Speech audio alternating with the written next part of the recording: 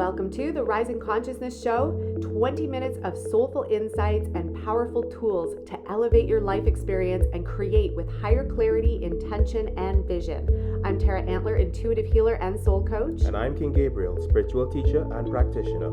And we are the co-founders of Ascension Academy of Life, a global center for spiritual growth, intuitive healing, and soul alignment. Get ready to blast off.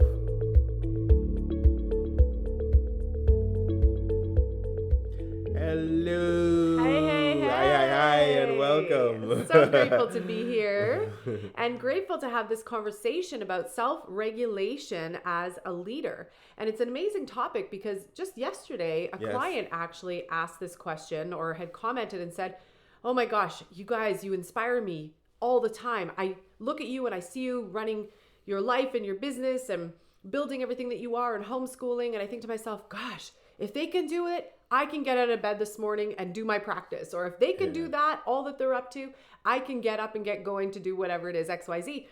And she said to me, how do you guys do it? Like, I think to myself, how do they do it all the time and not feel overwhelmed? And I want to jump off there if you're okay with that, because it's not that I don't get overwhelmed. Gabriel knows I get overwhelmed. I even said yesterday, oh my gosh, I feel like we have so much to do and I'm just circling in my head and I don't even know where to start. And what Gabriel said to me was, just one little bit at a time. You just have to focus on one thing at a time. And I need those reminders sometimes too, because when we're active and busy, and for those of you that resonate with this, if you're an active person, meaning you're active either in your life externally or maybe you're active internally, maybe you have a lot of thoughts. For me, I have a lot of ideas. There's a lot that I want to get done in a day. And I'm a high achiever in that way, I would say, because I start out with these big, I'm like, okay, I want to get all this done this week or today. And then I might only get a fraction of that done. Some days I do get it all done. But in the days where I feel like, oh my gosh, there's so much to do, I have to catch my thoughts. That's the very first place I would say and suggest to start is if you feel overwhelmed with all the things that you feel like you have to do, notice my languaging, all the things that you feel you have to do. That's a great place to start to catch that so it doesn't feel like all the things that you have to do. And you start chunking it down into little bite-sized pieces. Yes, yeah. Right? Yeah, definitely. I find that's a proper approach, and it also allows you to just slow down and do the one thing that you're doing fully. Because we have decided that we're great multitaskers, right? Everybody thinks they're the most amazing multitasker in the world, right? But truly, what we call multitasking is not really multitasking. Right? The mind is capable of focusing on one thing fully at a time, right? It could have something on the back burner, but you could only be fully present to the one thing that you're doing at any time. So if you split that up into chunks and you do that one thing at that time fully, and you do it to completion, the small task that you took on, you feel good. And then you take that momentum from feeling good into the next thing that you're doing and the next thing. And it looks like multitasking because you could be doing several things in one day or one specific period of time. But at any given time, it's one thing that you're doing fully. Even if you're a mom and you think you're multitasking and tending to the baby and doing this and doing that and doing all that, when you're feeding the baby, you're feeding the baby. If you feed the baby and you read something at the same time, okay, so it might be okay. But then you might find the bottle out of the baby's mouth for like 5 minutes and the baby just watching you like, what's going on? Or you might find that what you're reading over and over the same thing like 50 times because you didn't really get it. Well, this happened to me yesterday. That happens. So Gabriel and I, we bought this beautiful day bed. But you know, sometimes you buy these pieces and you have to assemble them. Yeah. And so it comes with the instructions. Now, this one was a pretty easy build, I would say. Yeah. I looked at it, I said, I think I can do this. Gabriel was busy doing something else. I said, I'm going to take it on because I can't look at the boxes anymore. We have to just put this thing together and get it out of the box. Yeah. So I start the process and I thought, oh, okay, what would I like to do in this time while I'm doing this mundane task of building a day bed? And I thought, I'll put a podcast on, or I'll put something on, a leadership conversation. So I put that on in the background. Exactly what Gabriel just said. Yeah. I had to rewind that thing multiple times because even though I seemed to be doing some mundane task of building a bed, I had to focus on what I was doing. I had to make sure I had the right screws in the right place and put it in the right order, the right pieces at the right time. Yes. And so I couldn't actually focus on building this day bed and take in the podcast information because in my mind I was like, oh, that's so good. And then I was like, okay, well, now I have to stop building the bed. I got to go over to listen to what they just said. I got to rewind that 30 seconds. I got to rewind it. Yeah, and then I wrote down my ideas that were coming through at the same time. Then I was like, I think I need to pause this because this is going to require my full attention. So I knew enough to say, this is going to require my full attention. The daybed requires my full attention. So let me be fully present. And that's what I would say kind of comes into step 2 is it's not that you don't get overwhelmed. Sometimes you do. You have many moving things, many moving parts, lots of things going on. But it's about step 1, being able to be present to the one thing that you're in. The second thing for me is then noticing that, acknowledging that, and then being fully present to the one thing that I'm choosing in that moment. So then I got fully present to building that daybed, and it happened a lot faster, and I didn't have to read over the instructions 20 times, like Errol just said. I could look at it once, got it, build it, done, But sometimes when we take on too many things at the same time, it's like your energy is spliced in multiple directions. And that's a great analogy, actually, what just popped in was think of a hydro line or a electrical line. If you splice that line multiple times, now that electricity has to go in multiple places. So the energy is still going to flow, but it might be a little slower. It might not be at the high velocity that if it was just the one line, right? And so it's the same thing with your energy. And I find if you can be so fully present, you find some goodness that comes from that present moment too. Yeah, definitely. When you dive into that present moment and you start working on what you're doing and you put your whole mind to it, right? It's like there is no lag. There is no hold back. You have the full resources available to that one task. So that one task is done well. And it's done a lot faster than if you're multitasking, by the way. And then the completion, that's the thing that I really want to tag on here. The completion of that one task gives you an additional boost. It's almost like you get a little energy kick back, like, oh yeah, you completed that, great. Now you could move on with that confidence and that feeling of completion onto the next task, right? And I know it sounds like, oh, you should only do one task at a time. It doesn't have to look like, oh, this whole day, I must only do this. It's not that. It's just being able to realize that because of the resources that are available to you and the way the mind works, right?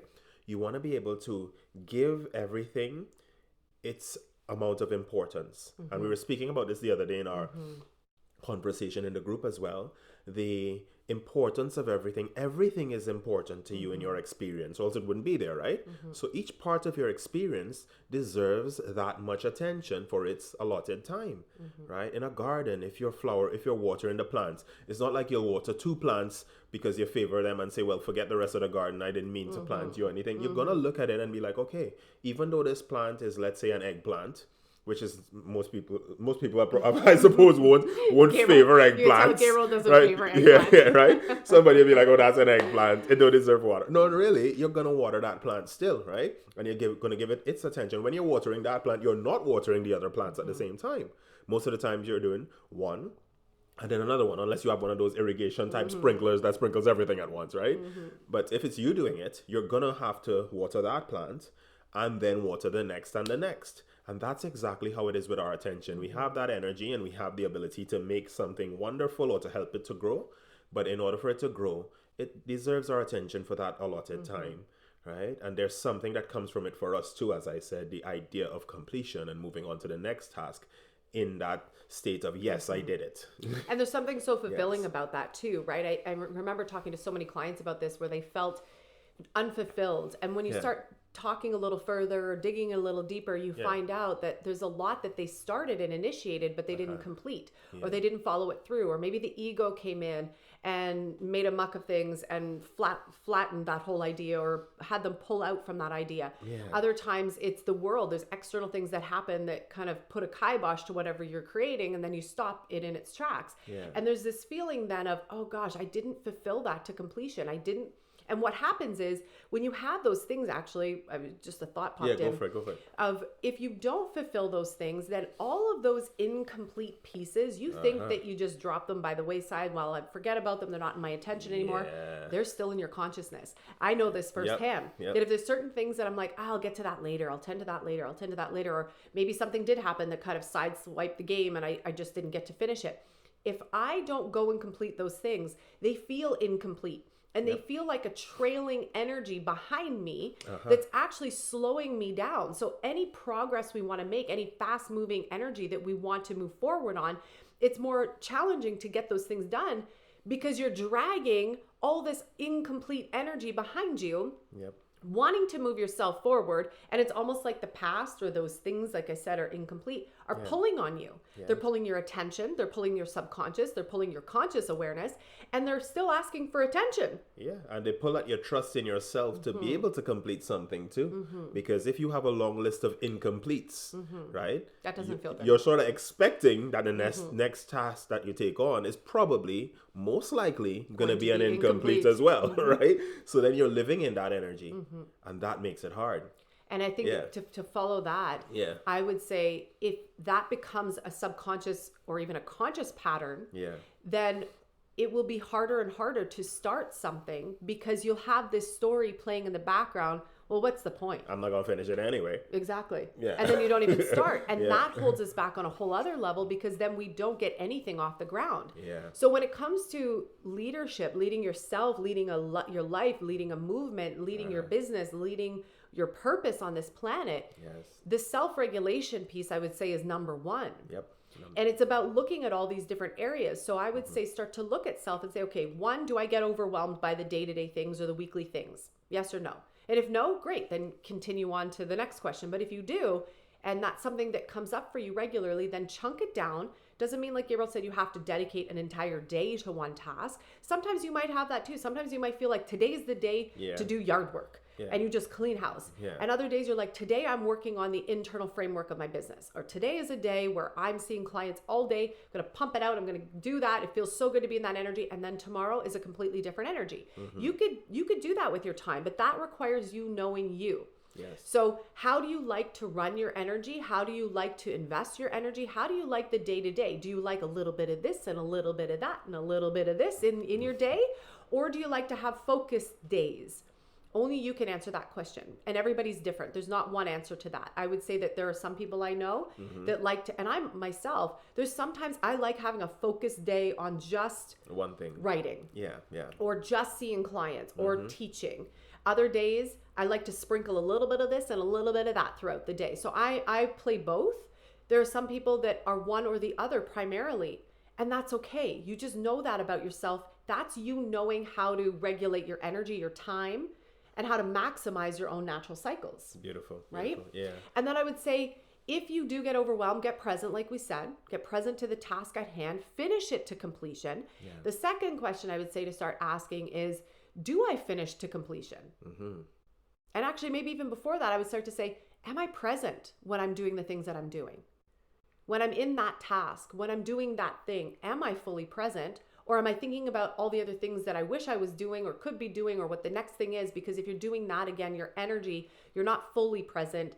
You're physically present. You're doing the thing physically, but your energy is also being spliced. Yeah. And then I would say the third question would be, are you following it through to completion? I love that. I love those 3 steps. And I have a few steps to, not to add to that, but that you could implement that with. Okay. So we look at things as big tasks most of the times, and we think we want to take on the big task and get it done, right? We want to get the one thing done. But what if we break that big task down into smaller chunks, right? Like, I'll send out the emails today. I'll do this today, or I'll do that today, and break it down into smaller chunks. Each level of that is a level of completion. So if you complete the small task, you have a win already. So you're feeling positive about the outcome, and you're going to keep going. Right? Because when we're motivated, when we see things working, we feel good and we feel inspired, so we keep going. And this is what you want to do. Break the big task down into micro chunks. I guess I'm calling it micro chunks, right?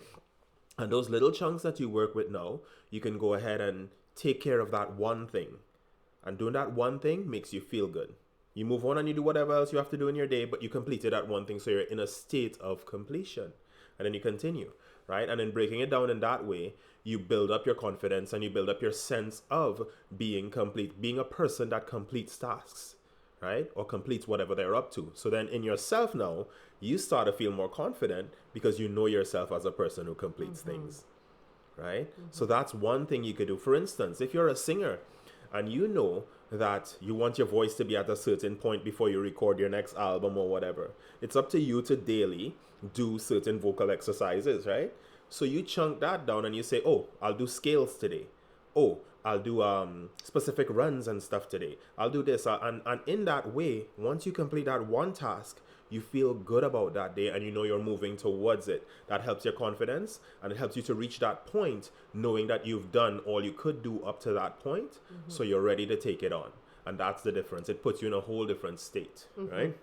Yeah, so these are things that we can use with that to get to that state of completion, which, well, is already there, but it's up to us to work so that we could feel comfortable with what we have and what we are. Eh? Yeah. And I would say that the last piece that I want to add to that is sometimes as you're completing something or you're moving towards something, you're actualizing something a lot. Right now, we're talking about actualizing your purpose in Thrive 365, creating your purpose, bringing it to life.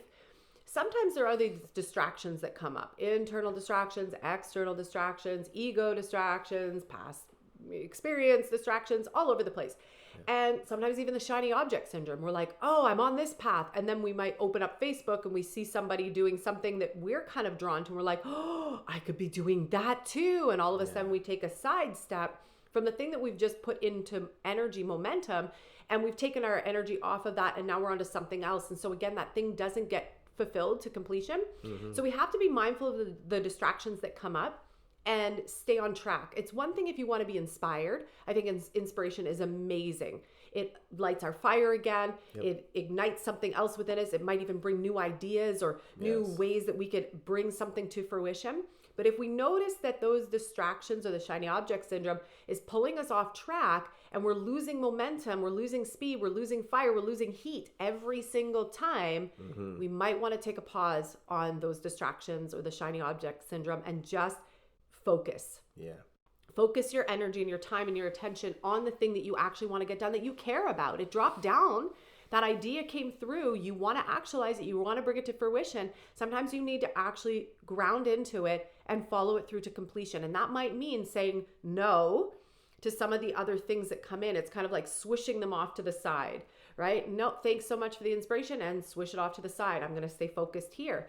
Because again, if something popped down in a moment of inspiration and you had that rush and you had that awe and you had that like I want to do this and you're so excited, that's vital life force energy. That's source energy. That's creation energy coming through. That's the divine speaking to you. Your soul speaking to you saying, this is something that's a part of your fulfillment. Are you going to receive it? And we're like, yes, I received it. Okay, great.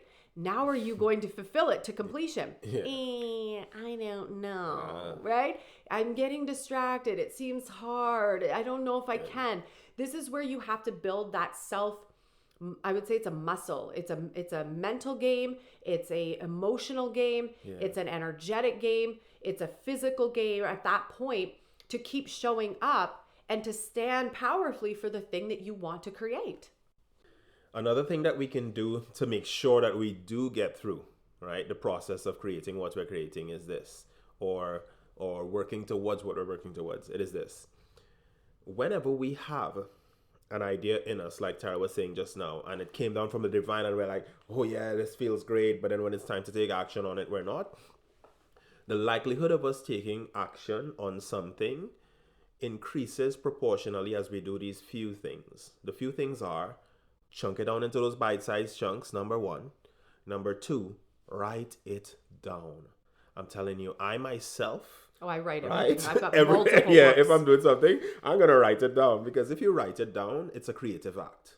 It's something that you're aware of and you finally see it in a different form as well. Not just in your head as a floating idea, but as an actual sentence or something, a symbol of it that reminds you of it each time you see it, right?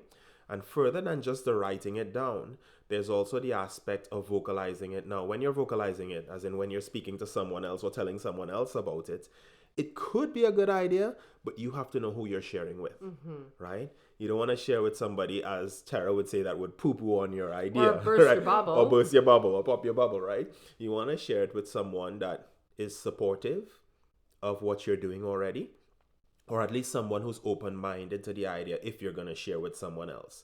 If you're not going to share with someone else, you can actually just say it out loud for yourself to hear too. Funny enough, right? Yes, you hear your internal voice, but when you externalize that sound, it's something that exists within your world as well, right? That's energy. So when you vocalize it, if you vocalize to someone else, obviously it's that much better because you see their reaction and it becomes even more real to you. But if you need to just hear it, speak it out. Like, remember when people used to pray out loud, right?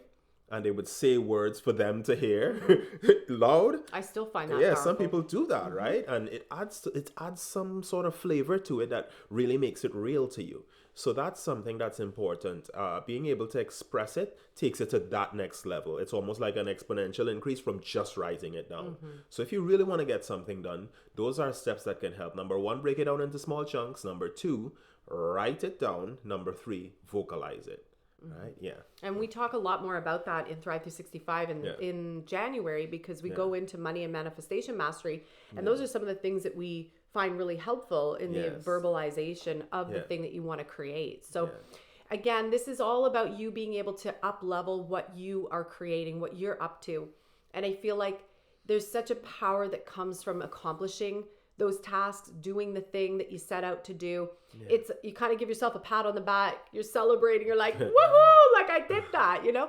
And it's such a great feeling to be able to say, whoa, I did that. It reminds me of like growing the garden, you know? It's like, whoa, we did that. Like we actually planted the seeds, we tended to the garden, and now we get to eat whatever's been growing in there. And it's such a fun feeling. Even the kids love it. And so it's like that. It's being able to say, you know what, I put the energy into it. I put the focus, I put the time because it was valuable, because it was important. And so we leave it with this. What is of value and importance to you right now? Really take some time and look at that. What's of value? What's important to you?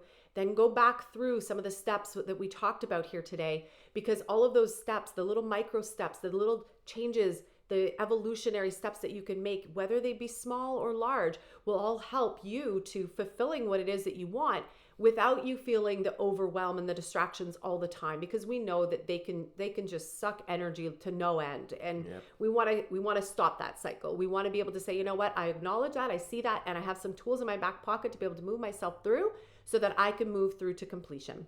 Yes. And final words, realize that it's not the situation itself that you're regulating. It's yourself you're regulating, right? Self-regulation. You're regulating yourself in a way that you feel capable of doing the task, and you feel even more confident in the completion of the task. Awesome.